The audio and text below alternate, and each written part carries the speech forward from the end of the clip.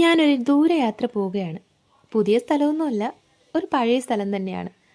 അവിടുന്ന് ഒരു 8 മാസം മുമ്പ് ഞാൻ എൻ്റെ തിരുവനന്തപുരം നഗരത്തിലേക്ക് എത്തിയപ്പോൾ തിരിച്ചു പോകണം എന്നൊന്നും ഉണ്ടായിരുന്നില്ല. കാരണം എനിക്ക് തിരുവനന്തപുരം അത്രയ്ക്ക് അങ്ങോട്ട് ബോധിച്ചു.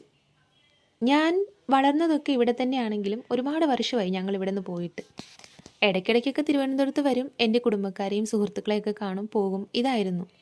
പിന്നെ കണ്ടിന്യൂസ് ഒരു 8 മാസമായിട്ട് ഞാൻ തിരുവനന്തപുരത്ത് തന്നെ ഉണ്ട്.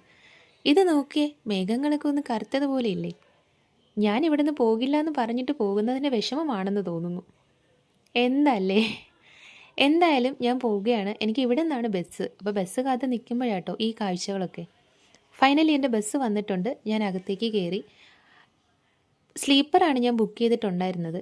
പിന്നെ വേറൊന്നും നോക്കാനില്ല. ബസ്സെന്ന് പറയുമ്പം കയറുക, ഉറങ്ങുക, രാവിലെ ആകുമ്പോൾ അവിടെ എത്തും, അങ്ങനെയാണല്ലോ. അങ്ങനെ എൻ്റെ യാത്ര ഞാൻ തുടരുകയാണ്. ഒരുപാട് നാൾക്ക് ശേഷം കേട്ടോ ഒറ്റയ്ക്കുള്ള ഈ യാത്ര. ചെറിയ ചെറിയ സ്ഥലത്തൊക്കെ പോയിട്ടുണ്ടെങ്കിലും ഈ ദൂരയാത്ര പക്ഷെ കൊള്ളാം, നല്ലൊരു സുഖമുള്ള യാത്രയാണ്.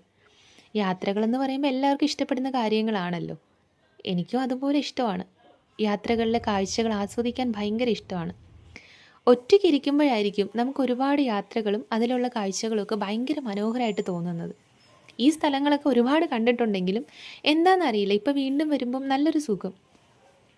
മനസ്സിൻ്റെ വേദനകളൊക്കെ ഒന്ന് ഇറക്കി വയ്ക്കണം. ഇവിടെ എനിക്ക് ഒരുപാട് ഓർമ്മകളുണ്ട്. ഒരുപാട് ഓർമ്മകളെന്ന് പറയുമ്പം എൻ്റെ വിഷമങ്ങളും എൻ്റെ കണ്ണുനീരൊക്കെ വീണിട്ടുള്ള ഒരുപാട് ഓർമ്മകൾ കഴിഞ്ഞ ഒരു 4 വർഷമായിട്ട്. അപ്പോഴും ഞാൻ ഒറ്റയ്ക്കാണ്, ഇപ്പോഴും ഞാൻ ഒറ്റയ്ക്കാണ്. എന്തായാലും എൻ്റെ യാത്രകളൊക്കെ എനിക്ക് ഭയങ്കര ഇഷ്ടമാണ്. ഫൈനലി ഞാൻ എൻ്റെ സ്ഥലത്തേക്ക് റീച്ച് ആകുവാണ്. എൻ്റെ ഒരു സുഹൃത്തിൻ്റെ വീട്ടിലേക്കാണ് കേട്ടോ എൻ്റെ ഈ യാത്ര. കാരണം അവിടെ ഒരു 2 ദിവസം സ്റ്റേ ചെയ്തിട്ട് പിന്നെ എനിക്കൊരു അക്കോമഡേഷൻ നോക്കി മാറണം. എൻ്റെ പഴയ അക്കോമഡേഷൻ ഇവിടെ ഇല്ല. അങ്ങനെ ഞാനിവിടെ എത്തി കേട്ടോ. എന്തായാലും നമുക്ക് വീണ്ടും കാണാം. ഇതുപോലെ ഒരുപാട് വീഡിയോസ് ഞാൻ ഇടുന്നതായിരിക്കും. ദേ നോക്കി, അവളുടെ വീട്ടിൽ വന്നപ്പോൾ ഒരുപാട് ക്രാഫ്റ്റ് ഐഡിയാസ്. ഇതൊന്നും അവളുടെ ഐഡിയ അല്ല കേട്ടോ, അവരുടെ അച്ഛൻ്റെയാണ്. അവളും ഹസ്ബൻഡും അച്ഛനും അമ്മയാണ് ഇവിടെ താമസിക്കുന്നത്. ഇപ്പോൾ ഹസ്ബൻഡ് ഇവിടെ ഇല്ല, പുറത്താണ്.